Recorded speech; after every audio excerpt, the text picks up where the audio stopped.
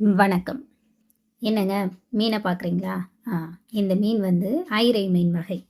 இந்த ஐரை மீன் வகைகள் அதிகமாக இப்போ வந்து அருகி கொண்டு வரக்கூடிய ஒரு வகை மீன்.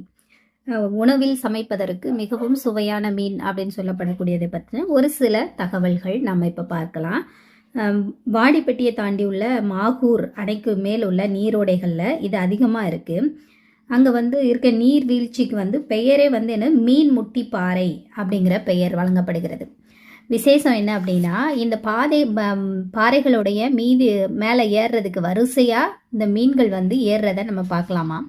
அவ்வளோ சிறப்பான ஒரு மீன். இந்த மீனை குறித்து நற்றினையிலும் குறுந்தகையிலும் செய்திகள் இடம்பெறுகிறது. அதோடு மட்டும் இல்லாமல் சங்ககால புலவர்களாகிய பிசிராந்தையாரும் பரணரும் கூட கொண்டாடிய மீன் தான் இந்த ஐரை மீன்.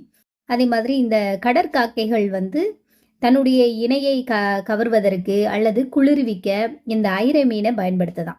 அதை சமாதானப்படுத்துவதற்கு பரிசு பொருள் போல இந்த கடற்காக்கைகள் இந்த ஐரை மீனை பயன்படுத்தியதாக ஒரு செய்தி இருக்கிறது. அதுக்கப்புறம் பார்த்தோம் அப்படின்னா, இந்த ஐரை மீன்கள் வந்து சமைப்பதற்கு முன்னாடி பாலில் ஊற வைப்பாங்க. பால் ஊற்றி வச்ச உடனே அது உட்கொண்ட அழுக்கு மண் எல்லாத்தையும் வெளியே உமிழ்ந்து விடுமா. அதற்கப்புறம் அதை வந்து சுத்தம் செய்து உணவுக்கு பயன்படுத்துவார்கள். இப்போ ஐரை மீனுடைய விலை 1000க்கும் மேலாக என்ன செய்து இருந்து கொண்டிருக்கிறது. இந்த இனமும் கொஞ்சம் அருகி கொண்டே என்ன செய்கிறது வருகிறது. இதை குறித்து இதை சாப்பிட்ட அனுபவம் இருக்கா? இதை குறித்த உங்களுடைய மற்ற அனுபவங்கள் இருந்தால் கமெண்ட்ல தெரிவிங்க. நன்றி.